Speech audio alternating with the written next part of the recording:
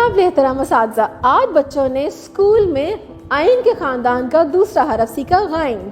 اس کی ہم نے ادائیگی بھی سکھائی، اس سے شروع ہونے والے الفاظ سکھائے اور بہت سی سرگرمیاں بھی کیں۔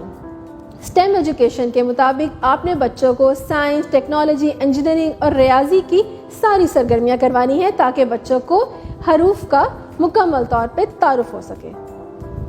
سائنس میں سب سے پہلے آپ نے غار کا تعارف کروانا ہے کہ پرانے زمانے میں انسان غاروں میں رہتے تھے۔ ٹیکنالوجی میں غلیل کا تعارف کروائیں کہ غلیل چیزوں یعنی پتھر وغیرہ کو دور پھینکنے کے لیے یعنی نشانہ باندھنے کے لیے استعمال کیا جاتا ہے۔ انجینئرنگ میں پلے ڈو کی مدد سے ارد گرد غائن سے شروع ہونے والی کوئی بھی چیز بنانے میں طلبہ کی مدد کیجیے۔ ریاضی میں اپنے ارد گرد غائن سے شروع ہونے والی چیزوں کی گنتی کروائیے۔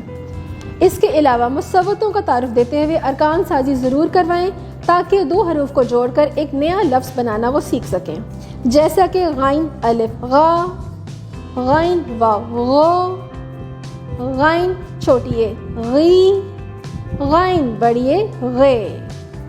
قابل احترام والدین، آج بچوں نے اسکول میں آئین کے خاندان کا دوسرا اور آخری حرف غائن سیکھا۔